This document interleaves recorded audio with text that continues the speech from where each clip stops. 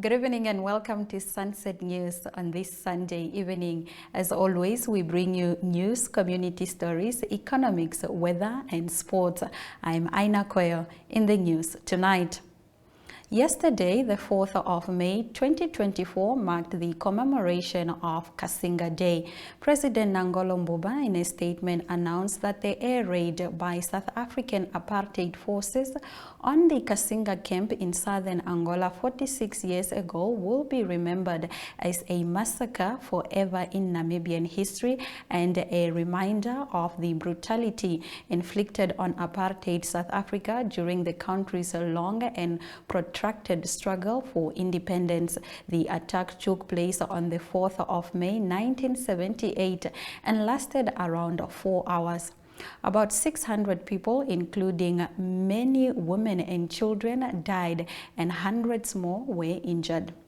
The regime in Pretoria claimed at the time that Kasinga was not a refugee camp but a training center for terrorists. Immediately after independence on the 21st of March 1990, Namibia's government declared May the 4th a national holiday. President Nangolo Mbuba said in his Kasinga Day statement on Saturday that the lasting trauma and scars suffered by survivors and their descendants continue to impact individuals and communities, and at the same time remind Namibia of the importance of healing, remembrance and reconciliation, as well as nation building. The darkness and scars of Kasinga on the survivors and the Namibians in general are with us. In fact, they will continue to serve as a powerful reminder of the resilience and determination of the Namibian people in their fight for their inalienable rights to freedom, said Mbuba. Network Media Hub wishes to take this moment to recognize the heroes and heroines who perished on the day and acknowledge the survivors of this atrocious attack. Moving over to our next story. A fatal accident took place on Friday after an aircraft crashed into two residential properties and caught fire. According to a crime report by the Namibian police, a F-406 plane took off from Eros Airport with 3 occupants, 2 pilots and 1 mechanic to conduct a maintenance test. This test ended in a tragedy, however, as the flight crashed into residential premises at around 1700 hours in Rickman Street, Punis Park, Windhoek. The 3 people aboard the aircraft died on the spot. The 2 properties involved observed some damages, including 2 vehicles found in the vicinity. However, the residents of the 2 properties and their tenants were left unharmed. One resident told our in-house reporter that she was in the shower when she heard the plane, which sounded extremely loud, and she ran to protect her young son, but the bang had already occurred. It was later discovered that the aircraft belonged to West Air Aviation, who issued a statement on the same day confirming the total loss of one of their aircrafts in the incident and confirming the tragic loss of the 3 deceased, who were all employees of West Air. In a statement, West Air emphasized that safety and well-being of their passengers and crew are a high priority and that they are committed to understanding the cause of this incident, adding that a comprehensive investigation has been initiated in collaboration with aviation safety experts and relevant authorities. In our next story, this year's annual Ludrates Crayfish Festival was hosted under the theme Riding the Waves Towards a Sustainable Future.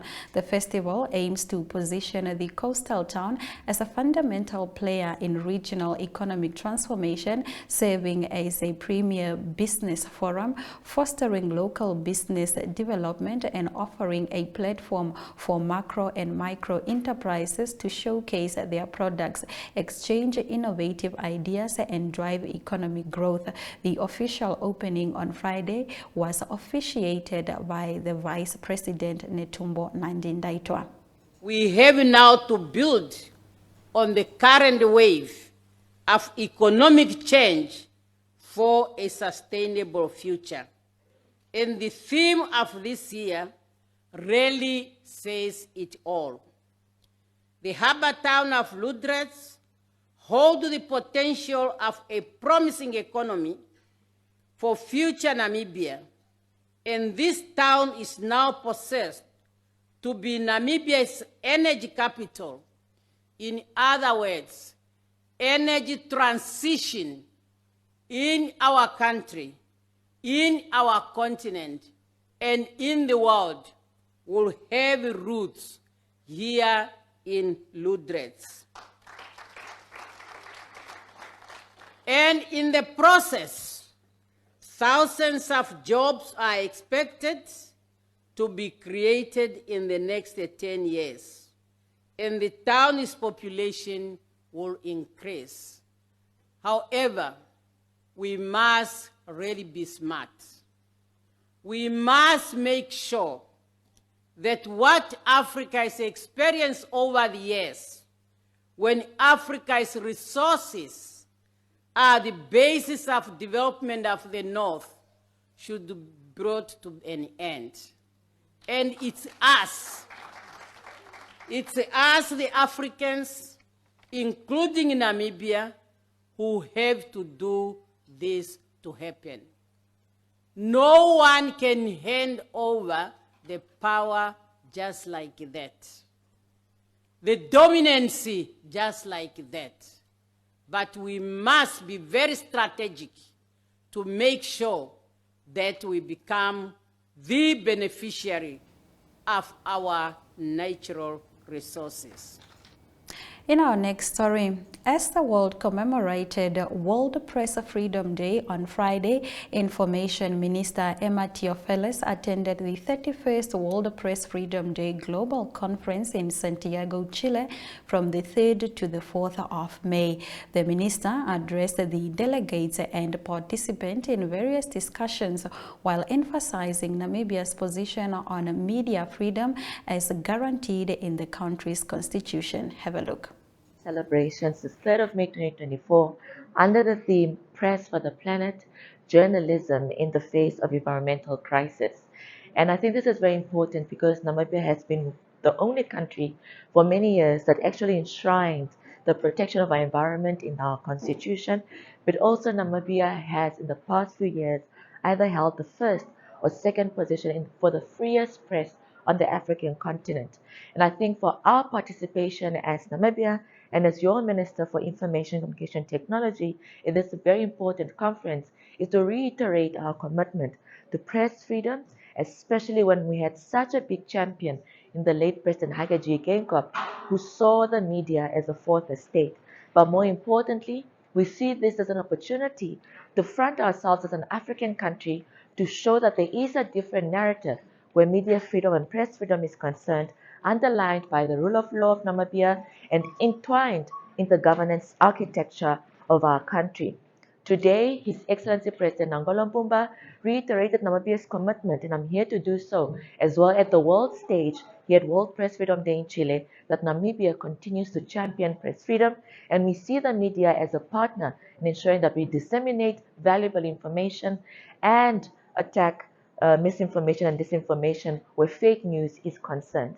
But more importantly, we want to reiterate that media ethics and journalism ethics should be the cornerstone to ensure democracy is actually safeguarded, and that government and both the media play a role in ensuring that. Well, after the break, we return with economic news. Stay with us. Welcome to What's Cooking, where culinary passion meets expert insights. Somebody must really want to cook and want to cook good food. Immerse yourself in the bustling world of professional kitchens as top chefs create mouthwatering dishes. Join us for in-depth interviews as our host explores the experiences and expertise of our guest chefs. Don't miss out. Tune in to What's Cooking on NTV every Friday at 2100 hours and let the culinary adventure begin.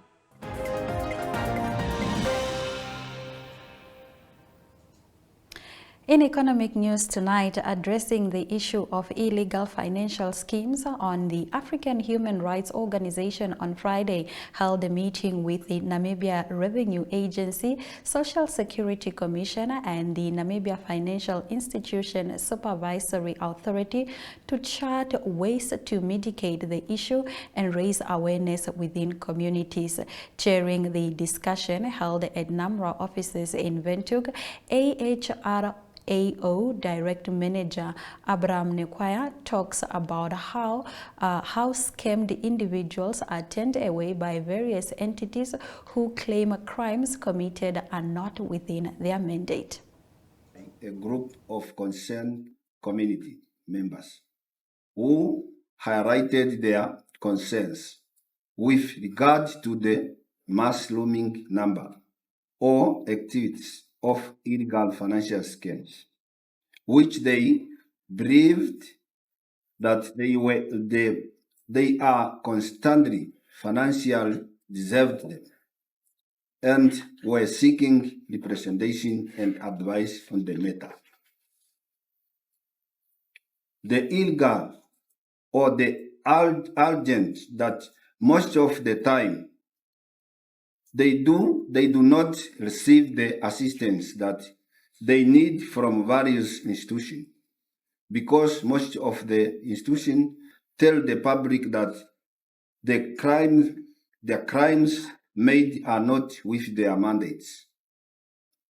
Such events often leave them financially constrained, distressed, and often considering to end their lives. And now let's have a look at our economic indicators.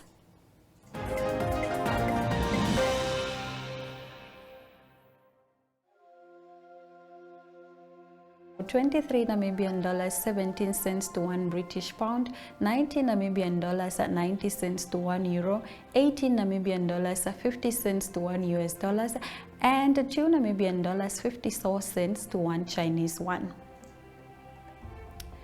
Gold and Brent crude oil have dropped, with gold falling with 0.11%, Brent crude oil 1.05%, while platinum and copper have increased with 0.28% and 1.46% respectively. After the break, we return with the story of the day. Stay with us. Neo Paints has established a 67-year Namibian legacy, creating personalized paint solutions that blend quality and innovation for the Namibian people. We pride ourselves in being a 100% Namibian-owned company, investing in our country and our people by employing and empowering true Namibians. With every brushstroke, Neo Paints commits to our quality guarantee and always delivering a coat of excellence. At Neo Paints, we always stay true to our country. We are as Namibian as you.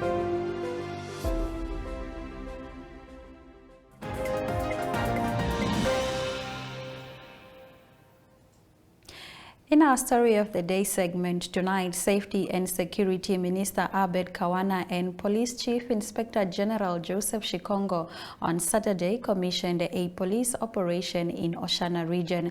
The event took place at the Oshana Police Headquarters in Oshakati, where a stern warning was sent out to those who wish to commit crimes. The police officers are divided into groups led by the original commanders hailing from the 14 different regions. Have a look. And because today, obviously today is a Kasinga Day, we know it's a public holiday.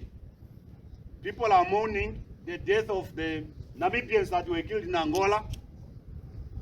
So I don't want to make a political statement, but there is a public holiday declared by the Republic of Namibia. So today we are going to have operation. And this operation will not hide it, because we inform even the media. We announced it, that we are going to have an operation, because it's going to be a crime prevention operations. In here today, we have all the commanders here. All the minister, your back here, they are commanders. Different. Time to time, we undertake some of these operations And I'm very happy because our people in the past, at least some of them, were very negative against the police operations. But today, I'm very surprised. A lot of regions are requesting police operations. And I'm very happy. You have your manual. When you go into the field, you know what to do.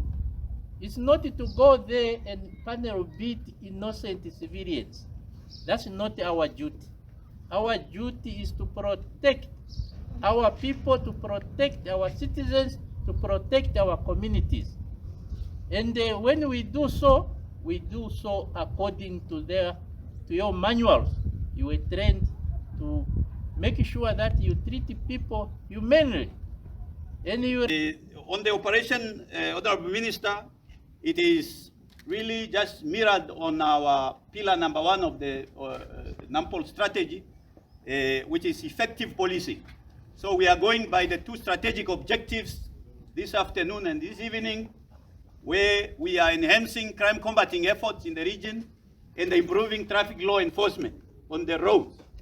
So with other words, we will engage on stop and search operations. We will engage into educating our people at the mostly areas of entertainments where we are likely to find them. And we are also going to look into issues of sales of liquor. In this region, we go by the license. We know today is the public holiday. We don't close down people on a public holiday. The license speaks for themselves. So when you go to the bars and they are open, don't say, it's public holiday, what are you doing here? Ask for the license. If it's got no restrictions, then they are free to trade. We have also divided the region into 13 areas of responsibilities, which is assigned to 13 regional commanders, with the host regional commander accompanying the Honorable Minister and the Inspector General. The operation is, we have also developed a semi-intelligent or information. After the break, we return with the international news. Stay with us.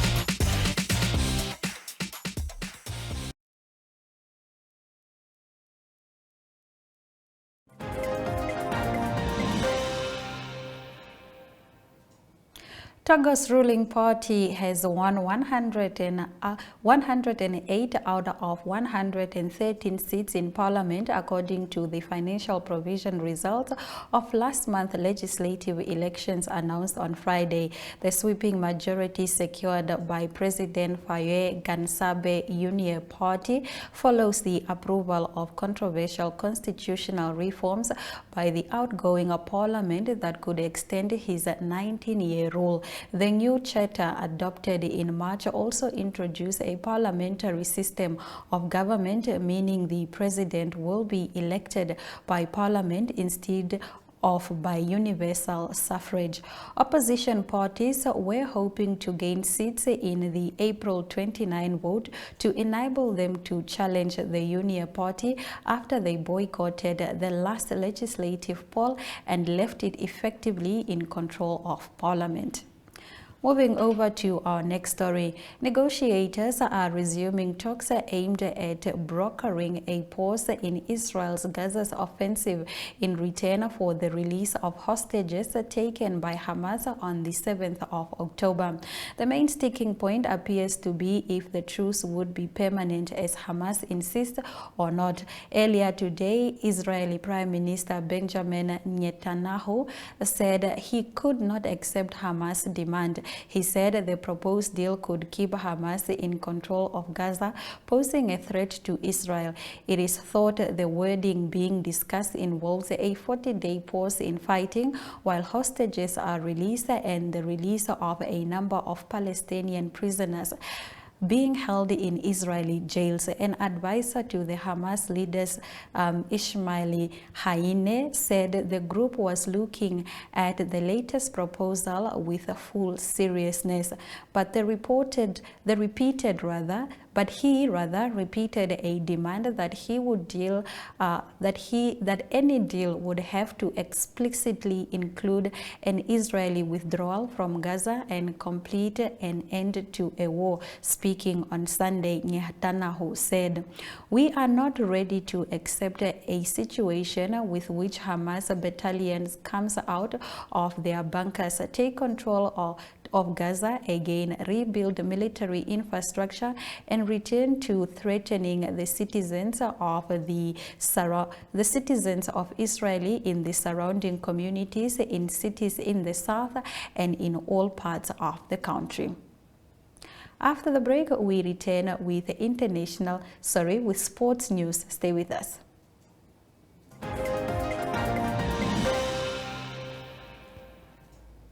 My apologies. It's now time for us to look at the weather predictions for tomorrow.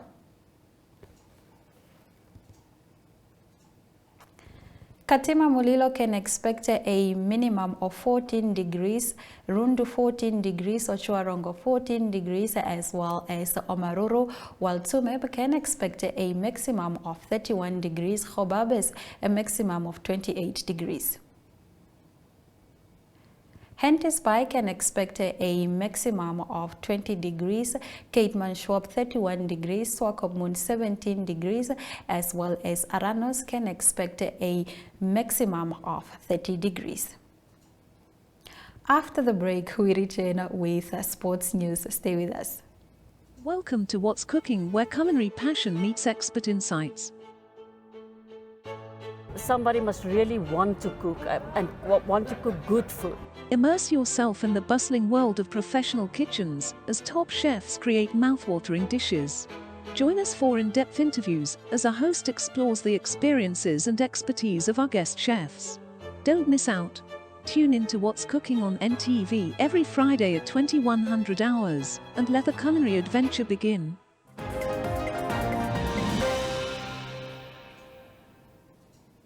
In sports news tonight, Swakopmund played host to the conclusion of the 7th edition of the Namib Race and the 73rd Racing the Planet 4th Desert Ultra Marathon over the weekend. A grueling 250 kilometers, 6 stages, a 7 days ultra marathon across the world's oldest desert. The Namib Desert drew over 100 participants from 47 countries, including 3 representatives from Namibia. The race, which started on the 28th of April 2024, took place in the Namib Desert in the Skeleton Coast National Park all the way to the Atlantic Ocean. Vincent Juan Benito of Spain claimed the desired title of the overall winner of the Namib Race 2024 with a remarkable time of 25 hours and 3 minutes across all 6 stages, while Dora Valke of Australia emerged victorious in the women's category, completing the race in 32 hours and 53 minutes. Among the local Namibian representative, Martin Kalwenya achieved a commendable 4th place overall, clocking in at 29 hours and 22 minutes for all 6 stages. Moving over to our next story, the Tour de Windhoek cycling completion has concluded, and Alexandra Erasmus won the Tour de Windhoek overall men category, while Kelsey Jade van Schoor walked away as the overall winner in the women's category. Here is what she had to say shortly after being crowned the winner. Of course, get home safely. It's been amazing to see you guys back there next year. With us is the winner of the Tour de Windhoek, Kelsey, riding for Customized Cycling. So far, Kelsey, tell us more. How was the cycle at the Tour de Windhoek? It's been like a fantastic 4 days of racing. I mean, the community is absolutely fantastic. It's my first time actually in the country, so it's been really great. It's been exciting racing. The jerseys have been changing quite a bit within the race. Yeah, it's been really good. But looking at it, which of the stages was more challenging for you? All of them were challenging in their own ways.